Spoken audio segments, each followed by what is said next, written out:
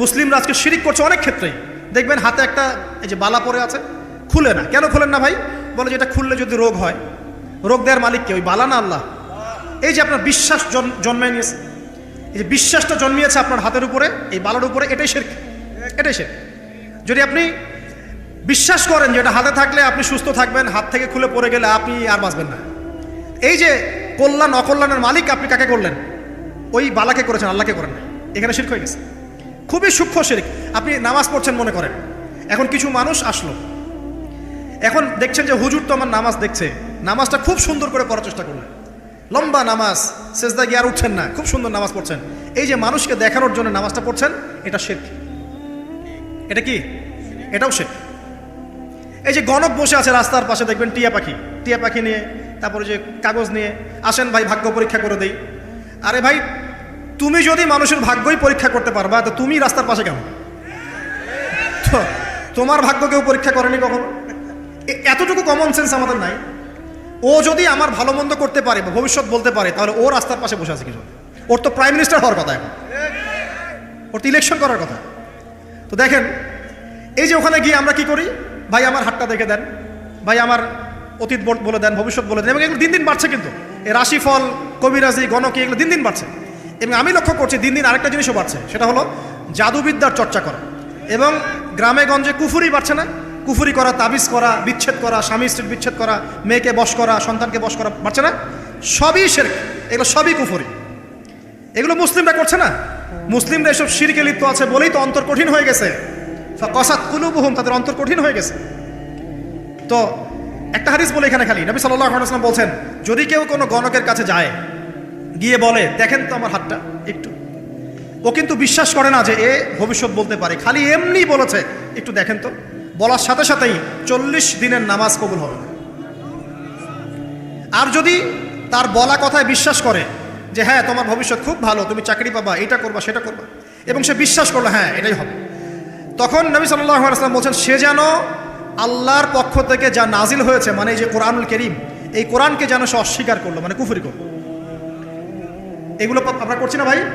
অনেক কিছু করছি আমরা। স্তম্ভের পূজা করছি, অনেক মুসলিম আগুনের পূজা করছে।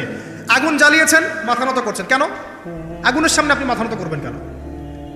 আপনি একটা স্তম্ভের সামনে, গাছের সামনে দাঁড়িয়ে মাথা নত করে ধ্যান করবেন কেন? আপনি মেডিটেশন করছেন কি জন্য? আপনাকে নামাজ দেওয়া হয় নাই? 5 ওয়াক্ত নামাজ দেওয়া হয় নাই? নামাজের চেয়ে বড় মেডিটেশন কিছু আছে নাকি? আপনি ধ্যান করছেন কি জন্য? অনেক মুসলিম তো জিনের উপাসনা করছে, জানেন? অনেক মুসলিম জিনকে তাবে করার চেষ্টা করছে। আর জিন বলে একটা জাতি আছে, এটা সত্য। তো এরকম প্রতিটা ক্ষেত্রে শিরক আছে। শিরক কথায় আছে, কাজে আছে, বিশ্বাসে আছে। দেখবেন মুসলিমরাই আল্লাহ ছাড়া অন্য কারো কাছে দোয়া করছে, মুসলিমরা নজর মানত করছে অন্য জায়গায়, আল্লাহর জন্য নজর মানত করছে না, অন্য কাউকে সন্তুষ্ট করার জন্য করছে। সন্তান হয় না, এখন কি হবে? সন্তান হয় না তো অমুকের কাছে যাও, সেখানে গিয়ে বকরি জবাই দাও, সন্তান হবে। সুবহানাল্লাহ। তো এই পদ্ধতি ইব্রাহিম আলাইহিস সালামের জানা ছিল না?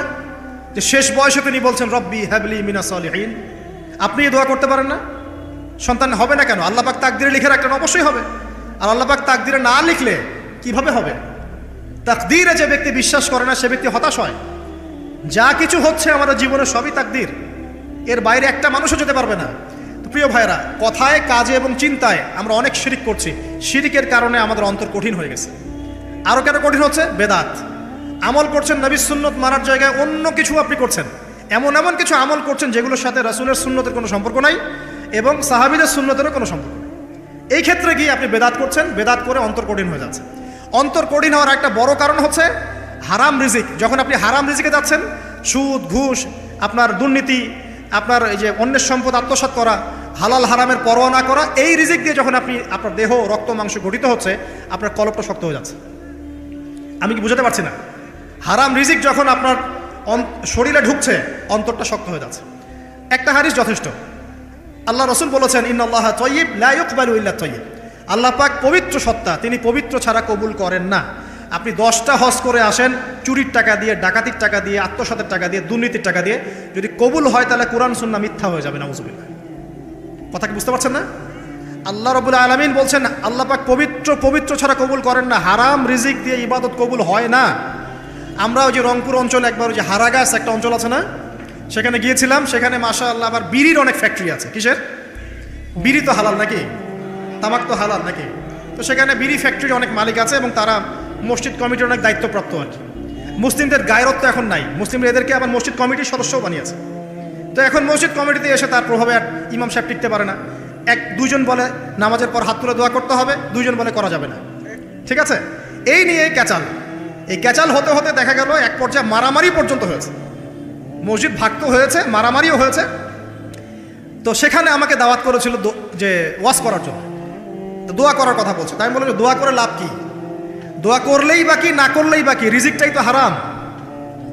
আপনি তো তামাকের টাকা খাচ্ছেন, তামাক, আপনি মাদকের টাকা খাচ্ছেন, এটা কি হালাল না হারাম? তো হারাম টাকা দিয়ে হাত তুলে দোয়া করলেই কি না করলেই কি? দোয়া তো উঠছে না উপরে। আগে হারাম রিজিক ছাড়েন, তারপর দোয়া করুন। তো রিজিক হারাম হওয়ার কারণে আমাদের কি হচ্ছে, অন্তরটা কি হচ্ছে ভাই, কঠিন হচ্ছে। ওই পাখির মতো আর মুক্ত আকাশ উঠতে পারবেন না। তারপরে সামনে যান, আরো কেন কঠিন হয়? বস্তুবাদিতা, দুনিয়া, সারাদিন দুনিয়ার ফিকির, দুনিয়ার চিন্তা, খাবো কি, পরবো কি, ব্যাংক ব্যালেন্স, টাকা পয়সা, স্ট্যাটাস, সারাটা দিন দুনিয়ার দুনিয়া। ঘুম থেকে ওটা থেকে নিয়ে শুরু করে ঘুমানো পর্যন্ত খালি দুনিয়া। যারা দুনিয়ার নেশায় মত্ত হয়ে আছে এদের অন্তরটা কঠিন হয়ে যায়, এই অন্তরটা পাখির মতো হতে পারবে না। ঠিক আছে কথা? যারা দুনিয়ার নেশায় মত্ত হয়ে আছেন এই অন্তরটা কঠিন হয়ে যাবে, পাখির মতো হতে পারবে না। তারপর কি, আরো সামনে যান, দিনই জ্ঞান চর্চা না করা অন্তর কঠিন হওয়ার কারণ। আর কি কারণ? পাপ করা, পাপ। যত বেশি আপনি পাপ করবেন, যত বেশি পর্ন দেখবেন, যত বেশি মাদক খাবেন, যত বেশি জুয়া খেলবেন, যত বেশি অহেতুক সময় নষ্ট করবেন, যত বেশি আপনি অন্যের ক্ষতি করবেন, ঠিক আছে, নিরপরাধ মানুষের উপর নির্যাতন করবেন, যত বেশি আপনি পাপ করবেন, পাপ, এই পাপ করতে করতে করতে মানুষের অন্তর কঠিন হয়ে যায়। ইবনুল কাইয়্যিম রাহিমাহুল্লাহ বলেছেন যে পাপ করতে থাকলে মানুষের অন্তর কঠিন হয়ে যেতে থাকে, এবং ইস্তেগফার আর জিকির করলে গিয়ে মানুষের অন্তর আবার নরম হতে থাকে। পাপের উপর পাপ করতে থাকলে মানুষের অন্তর কঠিন হতে থাকে। এ বিষয়ে রাসূলুল্লাহ সাল্লাল্লাহু আলাইহি ওয়াসাল্লাম বলেছেন, যখন মানুষ একটা পাপ করে কলবের মধ্যে একটা কালো দাগ পড়ে যায়, যখন আরও একটা পাপ করে আরেকটা কালো দাগ পড়ে যায়, এভাবে যখন পাপ করতেই থাকে তখন পুরো কলবটাই কালিমা পূর্ণ হয়ে যায়। এই অবস্থায় যদি সে তওবা করে আল্লাহ পাক মাফ করে দিবেন। যদি এই অবস্থায় তার মৃত্যু হয়ে যায়, তার আত্মাটা থেকে দুর্গন্ধ বের হতে থাকে, যে আত্মাটা কবজ করতে পর্যন্ত মালাকুল মউত মানে ঘৃণা পোষণ করে। কথা কি বুঝতে পারছেন? যখন অন্তর পাপ করতে করতে কলুষিত হয়ে যাবে, ওয়াকাদ খাবা মান দাসাহা, যখন পাপ করতে করতে অন্তর কলুষিত হয়ে যাবে, তখন আপনার এই মালাকুল মউত পর্যন্ত ওই আত্মাটাকে বের করার সময় ঘৃণা করবে, দুর্গন্ধযুক্ত আত্মা। আল্লাহ পাক আমাদেরকে পাপ থেকে বাঁচিয়ে রাখুন, আমি। এরকম কিছু কাজ আছে, বস্তুবাদিতা, শিরক, বেদাত, হারাম রিজিক, সারাদিন দুনিয়ার ফিকির নিয়ে থাকা, ঠিক আছে, অন্যের ক্ষতি করা, পাপ কন্টিনিউয়াসলি করতে থাকা, এবং দিন ছেড়ে দেওয়া, দিনের এলেম ছেড়ে দেওয়া, আল্লাহ পাকের আনুগত্য ছেড়ে দেওয়া, এই কাজগুলো করতে থাকলে মানুষের অন্তর কি হয়, কঠিন হয়ে যায়। এখন সলিউশন কি বলেন? 5 মিনিটে আমি সলিউশন বলছি, কেমন করে আপনি এটাকে নরম করবেন আর পরিশুদ্ধতা অর্জন করবেন এবং ওই পাখির মতো মুক্ত আকাশে উড়বেন। কিভাবে বলবো? 1 নাম্বার, অবশ্যই শিরক ত্যাগ করতে হবে। কি করতে হবে? শিরক ত্যাগ করতে হবে, আল্লাহ পাকের তাওহীদের উপর থাকতে হবে। আল্লাহ পাক তৌফিক দান করুন। লং কিছু বলার সময় নেই আমার হাতে, একটা বই বলছি, কিতাবুত তাওহীদ। কি নাম? কিতাবুত তাওহীদ। এই বইটা অনেক ভার্সন বাজারে বের হয়েছে, কিনে দেখবেন শিরক কত প্রকার কি কি, তাওহীদ কাকে বলে কত প্রকার কি কি। যেটা বুঝবেন না মাদ্রাসা চলে যাবেন, আলেম ওলামার কাছে জিজ্ঞাসা করবেন, হুজুর এটা বুঝি নাই। ঠিক আছে? 1 নাম্বার, শিরক ত্যাগ করতে হবে। 2 নাম্বার, আপনাকে তাওহীদে থাকতে হবে, এটা এক, অন্তর নরম করার কথা বলছি। 2 নাম্বার, সুন্নতের উপর আমল করতে হবে। ওই যে পাখির কথা বললাম, যে সকালবেলা বের হয় আর সন্ধ্যাবেলা কি করে? বাসায় ফেরে। খালি পেটে বের হয়, ভরা পেটে বাসায় ফেরে। তার মানে আমাদেরকেও সকাল সন্ধ্যাটা কাটাতে হবে নবী সাল্লাল্লাহু আলাইহি ওয়াসাল্লামের সুন্নত অনুযায়ী। যখন তিনি ঘুমাতেন তখন ঘুমাবেন, যখন উঠতেন তখন উঠবেন, বাকি কাজ যেমন করে করতেন তেমন করে করবেন, তখন অন্তর ইনশাআল্লাহ নরম হয়ে যাবে। ঠিক আছে ভাই? 2। 3 নাম্বার, 5 ওয়াক্ত নামাজ জামাতে। নামাজ আপনাকে যে কোনো পাপ থেকে বাঁচাবে ইনশাআল্লাহ। ভাই জেনা করছেন, নামাজ পড়েন। পর্নোগ্রাফি দেখেছেন, তাও তওবা করে নামাজ পড়েন। আপনি হারাম অ্যাফেয়ার্সে আছেন, হতাশ হয়েন না, নামাজ পড়েন। গোনা ছাড়তে পারছেন না, নামাজ পড়েন। সুদ খাচ্ছেন, নামাজ পড়েন। বেপর্দা চলছেন, তাও নামাজ পড়েন। আপনি অন্যের হক নষ্ট করেছেন, তাও নামাজ পড়েন। যে পাপই করেছেন, নামাজটা পড়েন। নামাজ আপনাকে সমস্ত পাপ থেকে বাঁচিয়ে রাখবে ইনশাআল্লাহ। ইনশাআল্লাহ আস্তে আস্তে ইনশাআল্লাহ দেখবেন সব পাপ থেকে আপনি দূরে চলে আসছেন ইনশাআল্লাহ তাআলা। 3 নাম্বার নামাজ। 4 নাম্বার, বেশি থেকে বেশি, ভাই শোনেন, বেশি থেকে বেশি পরকালের ফিকির করবেন। খালি পরকালের চিন্তা করবেন যে আমাকে মৃত্যুবরণ করতে হবে, কবরে যেতে হবে, পুলসিরাত পার হতে হবে, আল্লাহর সামনে দাঁড়াতে হবে। যত বেশি আপনি আল্লাহর ফিকির করবেন, পরকালের ফিকির করবেন, আপনার মনটা নরম হয়ে যাবে ইনশাআল্লাহ, মনটা শক্ত হবে না। 5 নাম্বার, মানুষের সাথে খুব বেশি মেলামেশা করবেন। মানুষের সাথে খুব বেশি মেলামেশা করলে ইবনুল কাইয়িম রাহিমাহুল্লাহ বলেছেন অন্তর কঠিন হয়ে যায়। কারণ মানুষ আপনাকে গীবত করাবে, হ্যাঁ, মানুষ খারাপ কাজে নিয়ে যাবে, বেফাস কথাবার্তা বলবেন, হয়তো বেফাস কাজ করবেন, ফুজুল কি বাদ করবেন, এগুলো করতে গিয়ে আপনি দেখবেন অন্তর কঠিন হয়ে গেছে। এত বেশি মানুষের সাথে মেলামেশার দরকার নেই, প্রয়োজন যতটুকু অতটুকু করবেন। ঠিক আছে, আল্লাহ পাক তৌফিক দান করুন, আমিন। কয়টা বললাম? 5, 6। আমার সবচেয়ে প্রিয় নসিহত, প্রত্যেক দিন মিনিমাম 1 ঘন্টা করে কোরআন তেলাওয়াত করবেন বুঝে। আমি বলিনি না বুঝে করলে কোনো নেকি হবে না, প্রত্যেক হরফে 10 নেকি হবেই হবে, কিন্তু আপনি করবেন বুঝে। যখন বুঝে আপনি প্রত্যেক দিন 1 পারা করে বা 1 ঘন্টা করে কোরআন তেলাওয়াত করবেন, আপনার কলিজা, আপনার কলব নরম হতে বাধ্য, এবং আপনার অন্তরে আল্লাহ নূর নেমে আসবে ইনশাআল্লাহ। দেখবেন আপনার কলব থেকে সমস্ত এই যে পঙ্কিলতা, কলুষতা ইনশাআল্লাহ চলে যাবে ইনশাআল্লাহ তাআলা। দুটো জিনিস অন্তরকে পবিত্র করে ফেলে, এক হচ্ছে কোরআন তেলাওয়াত, আর এক হচ্ছে বেশি থেকে বেশি আল্লাহর জিকির এবং ইস্তেগফার। তো কোরআন তেলাওয়াত বাড়িয়ে দেন, আল্লাহ পাক সবাইকে কোরআন তেলাওয়াত করার তৌফিক দান করুন, আমিন। যারা শেখেন নাই আজকে ওয়াদা করেন যে কোরআন আপনারা বিশুদ্ধ করে পড়া শিখবেন, ওয়াদা করেন। আগামী রমজান আসার আগেই 1 খতম দেওয়া চাই, পারবেন? এবং কোরআনের চর্চা বাড়িয়ে দিবেন, প্রত্যেক দিন কিছু করেন না করেন কোরআন তেলাওয়াত করতে হবে, ঠিক আছে? আল্লাহ পাক তৌফিক এনায়েত করুন, আমিন। আর বুঝে পড়ার চেষ্টা করবেন। একটা সহজ তাফসির বলে দিই, মারিফুল কোরআন বাসায় আছে না? মারিফুল কোরআন, তাফসির ইবনে কাসির বাসায় নাই, জালালাইন বাসায় নাই, বাসায় নাই, কিনেন। সারাদিন তো অনেক টাকা পয়সা খরচ করছেন, 3টা তাফসির কিনেন, জালালাইন কিনেন, মারিফুল কোরআন কিনেন, ইবনে কাসির কিনেন, বাসায় গিয়ে পড়া শুরু করেন। পারবেন না?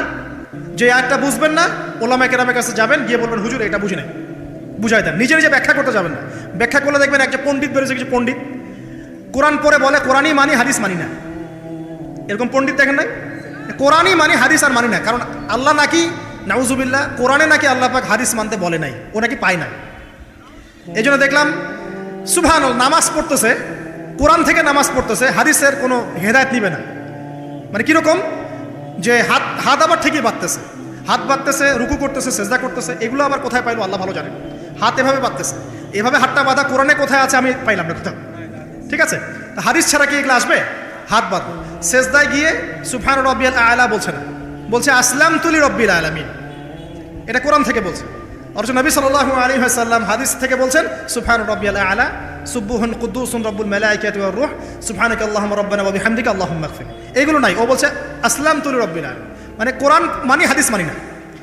এত বেশি পণ্ডিত হওয়ার দরকার নাই, এরা হচ্ছে ইচড়া পাকা টাইপের পণ্ডিত। ওমর রাদিয়াল্লাহু আনহুর যুগে বেঁচে থাকলে এদেরকে পিটাই সোজা করে ফেলাইতে হবে। ফাইজলামি শুরু করছে, কোরআন মানি হাদিস মানি না। আল্লাহ পাক কোরআনে বলছেন ওয়ামা আতাকুমুর রাসূলু ফাখুযু, রাসূল যা দিয়েছেন তা গ্রহণ করো, ওয়ামা নাহাকুম আনহু ফান্তাহু, রাসূল যা নিষেধ করছেন দূরে থাকো। রাসূল যা দেন সেটা হাদিস না, রাসূল যা দেন সেটা সুন্নাহ না, সুন্নাহ তো সে মানেই না, আলটিমেটলি সে কোরআনই মানে না। তো আসল কথা হচ্ছে এইসব ফিতনা থেকে বেঁচে থাকবেন, কোরআন তেলাওয়াত বাড়িয়ে দেন। কয়টা বলছি? 5টা 6টা। 7 নাম্বার, বেশি থেকে বেশি ইস্তেগফার সারাদিন পড়বেন, আস্তাগফিরুল্লাহ ওয়া আতুবু ইলাইহি, আস্তাগফিরুল্লাহ ওয়া আতুবু ইলাইহি, আস্তাগফিরুল্লাহাল্লাযী লা ইলাহা ইল্লা হুয়াল হাইয়ুল কাইয়্যুম ওয়া আতুবু ইলাইহি। প্রত্যেকদিন পড়তে থাকবেন 100 বার করে। কতবার করে? 100 বার। 8 নাম্বার, বেশি বেশি আল্লাহর জিকির, চলতে ফিরতে জিকির, সুবহানাল্লাহ, আলহামদুলিল্লাহ, লা ইলাহা ইল্লাল্লাহ, ওয়াল্লাহু আকবার, লা হাওলা ওয়ালা কুওয়াতা ইল্লা বিল্লাহ, বলবেন হাসবুনাল্লাহু ওয়া নি'মাল ওয়াকিল, ঠিক আছে? সুবহানাকা আল্লাহুম্মা রাব্বানা ওয়া বিহামদিকা আল্লাহুম্মা ইগফিরলি, সুবহানাল্লাহি ওয়া বিহামদিহি আদাদা খালকিহি ওয়া রিদা নাফসিহি ওয়া জিনাতা আরশিহি ওয়া মিদাদা কালিমাতিহি। যত জিকির আছে সব করবেন, জিকির বাড়াবেন, যত জিকির বাড়াবেন অন্তর পরিশুদ্ধ হবে ইনশাআল্লাহু আযজা ওয়া জাল। কয়টা বলছে? 8। আর 2টা বলি। 9, অন্যের হক নষ্ট করবেন না। অন্যের হক নষ্ট করলেই মন কঠিন হয়ে যাবে। অন্যের হক নষ্ট করবেন না, বরং মানবতার কল্যাণে কাজ করেন। যে কাজগুলো মানব সেবামূলক সেগুলো করেন, রক্তদান কর্মসূচি করেন, গাছ লাগান, এতিমের মাথায় হাত বোলান, বিধবার খোঁজ খবর নেন, ঠিক আছে? মেয়েদের সেলাই মেশিন কিনে দেন, মানুষের উপকারে কাজ করেন, দেখবেন আপনার মনটা নরম হয়ে যাবে ইনশাআল্লাহ। যার মন নরম এবং যার মনের মধ্যে সততা আছে, আল্লাহ পাক ইনশাআল্লাহ সেখানে অবশ্যই হেদায়েত ঢালবে ইনশাআল্লাহ। আর 10 নম্বর সবচেয়ে শেষ হচ্ছে যে কবর জিয়ারত করবেন বেশি বেশি করে, এবং নিজের মৌতের কথা স্মরণ করে আল্লাহর কাছে বেশি বেশি দোয়া করবেন। কি দোয়া করবেন? ইয়া মুকাল্লিবাল কুলুব সাব্বিত কলবি আলা দীনিক, ইয়া মুসাররিফাল কুলুব সররিফ কুলুবানা আলা তাআতিক। এই দোয়াগুলো করবেন ইনশাআল্লাহ। এবং কবর জিয়ারত করবেন সপ্তাহে সপ্তাহে, পারলে 2 দিন 3 দিন পর পর কবরস্থানে যাবেন, ইনশাআল্লাহ দেখবেন আপনার মন নরম হবে ইনশাআল্লাহ আযজা ওয়া জাল। এখনকার এই সভ্যতা এসে কবরস্থানকে সমাজ থেকে দূরে সরিয়ে দিয়েছে। অথচ আগে মুসলিমদের কবরস্থান ছিল মসজিদের পাশে, 5 ওয়াক্ত নামাজ পড়তো, কবর জিয়ারত করে বাসায় যেত, 5 ওয়াক্ত নামাজ পড়তে আসতো, কবরকে দেখতো, পরকালের কথা স্মরণ হতো। এখন কবরস্থান ওই যে দূরে, সারা জীবনে একবার যায় কিনা সন্দেহ আছে। এই 10টা কাজ যদি আপনারা করতে পারেন ইনশাআল্লাহ তাআলা, আমাদের কলবটা ইনশাআল্লাহ নরম হবে, আত্মশুদ্ধি অর্জিত হবে। আর এগুলোর পাশাপাশি অবশ্যই আল্লাহওয়ালা আত্মশুদ্ধিওয়ালা মানুষের সোহবতে গিয়ে থাকবে। আল্লাহওয়ালা আত্মশুদ্ধিওয়ালা মানুষের সোহবতে গিয়ে থাকলে তাদেরকে দেখেই দেখবেন মনটা নরম হয়ে যাবে ইনশাআল্লাহ। ইলমি পরিবেশে থাকেন, দিনী পরিবেশে থাকেন, আমর বিল মারুফ নাহি আনিল মুনকারের কাজ করেন, 3 দিন 7 দিন 40 দিন যতদিন পারেন আল্লাহর পথে সময় লাগান। আমি এটাকে আপনার আত্মশুদ্ধির জন্য বলছি, এটাই একমাত্র পথ পদ্ধতি আত্মশুদ্ধির, এটা বলছি না। এখানে গেলে আপনি ইনশাআল্লাহ আপনার ইসলাহ এবং সংশোধনের জন্য কাজ করতে পারবেন। আল্লাহ রাব্বুল আলামিন আমাদের সবার কলবগুলোকে পরিচ্ছন্ন করুন। আল্লাহ পাক আমাদের সবাইকে শিরকের পাপ থেকে বাঁচিয়ে রাখুন, হৃদয় কঠিন হওয়া থেকে বাঁচিয়ে রাখুন। আল্লাহ পাক আমাদেরকে বেশি থেকে বেশি কোরআন তেলাওয়াত করার তৌফিক দান করুন, দ্বীনি জ্ঞান চর্চা করার তৌফিক দান করুন। আল্লাহ পাক আমাদের সবাইকে হারাম রিজিক, জেনা, সুদ, ঘুষ থেকে বাঁচিয়ে রাখুন। আল্লাহ পাক আমাদেরকে পরকালীন চেতনায় এই দুনিয়ার জীবন কাটানোর তৌফিক এনায়েত করুন, আমিন। আমরা আজকে এই যে পাখিদের মতো অন্তর নিয়ে কথা বললাম, আমরা যদি এই আমলগুলোর মধ্য দিয়ে অন্তরটাকে পবিত্র করতে পারি ইনশাআল্লাহ, ওই শহীদদের যে নরম পাখির অন্তর সেটা আমরা লাভ করতে পারবো ইনশাআল্লাহ। এবং আরশের নিচে আল্লাহ রাব্বুল আলামিন আমাদেরকে ছায়া দিবেন ইনশাআল্লাহ তাআলা। আল্লাহ পাক আমাদের সবাইকে পাখি থেকে শিক্ষা নেওয়ার তৌফিক দান করুন, পাখির মতো মুক্ত আকাশে ডানা মেলার তৌফিক আল্লাহ পাক দান করুন, আমিন। আমাদের এখানে ব্যাগ যাবে। আল্লাহ রাব্বুল আলামিন বলেন কদ আফলাহা মান যাক্কাহা, সে ব্যক্তি সফল হয়ে গেছে যে ব্যক্তি তার আত্মাকে পরিশুদ্ধ করতে পেরেছে। ওয়া কদ খাবা মান দাসাহা, যে ব্যক্তি আত্মাকে পরিশুদ্ধ করতে পারে নাই সে ব্যক্তি ধ্বংস হয়ে গেছে। কিভাবে পরিশুদ্ধ করবেন? 3টা হাদিস আপনাকে আগে শোনাই। 1, আল্লাহ রাব্বুল আলামিনের হাবিব মুহাম্মদ সাল্লাল্লাহু আলাইহি ওয়াসাল্লাম, দরুদ পড়েন, বলেন সাল্লাল্লাহু আলাইহি ওয়াসাল্লাম। তিনি বলছেন যে আল্লাহর এমন কিছু বান্দা আছে যারা জান্নাতে প্রবেশ করবে, যাদের অন্তরটা হবে পাখির মতো নরম। কার মতো? পাখির মতো। একটা হাদিস শুনলেন। 2 নম্বর হাদিস, আল্লাহর রাসূল সাল্লাল্লাহু আলাইহি ওয়াসাল্লাম বলছেন শহীদদের আত্মা যখন আল্লাহর কাছে পৌঁছায়, আল্লাহ রাব্বুল আলামিন সেই আত্মাগুলোকে সবুজ রঙের কিছু পাখির মধ্যে প্রদান করেন এবং সেই পাখিগুলো আরশের নিচে লণ্ঠন আছে এখানে বসে থাকে এবং তারা জান্নাতের যে কোনো জায়গায় যায়, ঘুরে খাবার খায়, আবার ফিরে আসে। আল্লাহ পাক তাদেরকে বলেন যে তোমরা কি চাও, তোমরা কি চাও? শহীদরা কিচ্ছু বলতে পারে না, কি চাইবো? আল্লাহ এত নিয়ামত দিয়েছেন, কি চাইবো? যখন আল্লাহ বারংবার প্রশ্ন করতে থাকেন তোমরা কি আর কিছু চাও, তোমরা কি আর কিছু চাও, তোমরা কি আর কিছু চাও, তখন শহীদরা শেষে বুঝে যে আমাদের কিছু না কিছু তো বলতে হবে এখন। তখন তারা বলে হে আল্লাহ, আমরা আরও একবার পৃথিবীতে যেতে চাই এবং তোমার পথে জীবন দিয়ে আবার ফিরে আসতে চাই। আল্লাহ পাক বলেন এই সুযোগ তো আর নেই, অতএব তোমাদের আর কিছু চাওয়ার নেই, তোমরা এখানেই থাকো।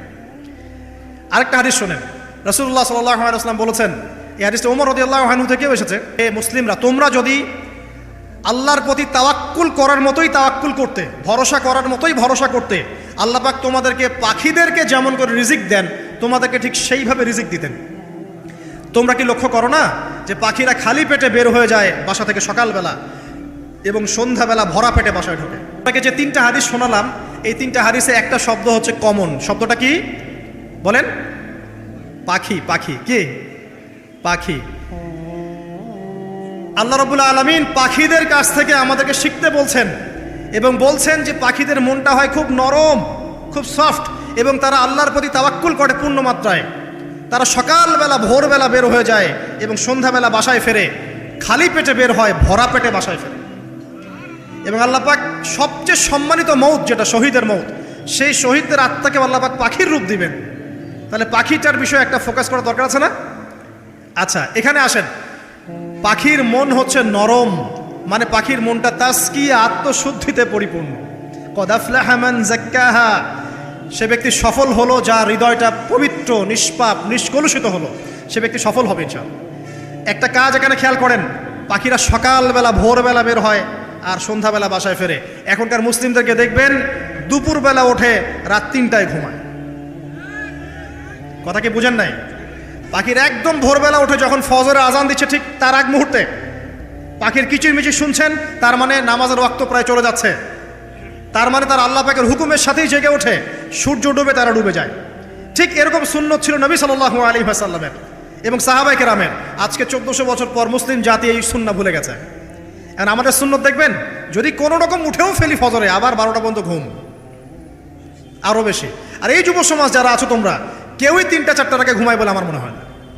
অলওয়েজ অনলাইনে পড়ে আছে, টিকটক নিয়ে, ফেসবুক নিয়ে, গার্লফ্রেন্ডের সাথে চ্যাটিং। পাখির মতো হতে পারলে পরে মনটা তো নরম হবে, তারপরে না তাস্কিয়া অর্জন হবে। পাখির রুটিনটা কি? ভোরবেলা বের হয় আর সন্ধ্যাবেলা বাসায় ঢোকে। অতএব আমরা যদি রাসূলুল্লাহ সাল্লাল্লাহু আলাইহি ওয়াসাল্লামের সুন্নাহ মতো ওই ভোরবেলা উঠতে পারি আর আর্লি নাইট ঘুমিয়ে যেতে পারি এবং সারাদিন যদি রাসূলের সুন্নাহগুলোর উপর আমল করতে পারি, তাস্কিয়া অর্জন হবে ইনশাআল্লাহ। কথা বুঝতে পারছেন? 2, পাখির মতো নরম মন লাগবে। এখনকার আমরা যারা বেঁচে আছি আমাদের মনগুলো কঠিন। কেমন কঠিন? পাথরের মতো কঠিন। আমরা যখন দেখি একটা মাইয়েতকে নিয়ে যাওয়া হচ্ছে জানাজায়, আমাদের কোনো ফিলিংস কাজ করে না। জানাজা যাচ্ছে, জানাজায় দাঁড়িয়ে মোবাইলটা টিপাটিপি করছে। জানাজার সাথে চলছে, কোনো ফিকির নাই যে এই জানাজা আমার হবে কালকে, ওই মোবাইল টিপাটিপি করছে।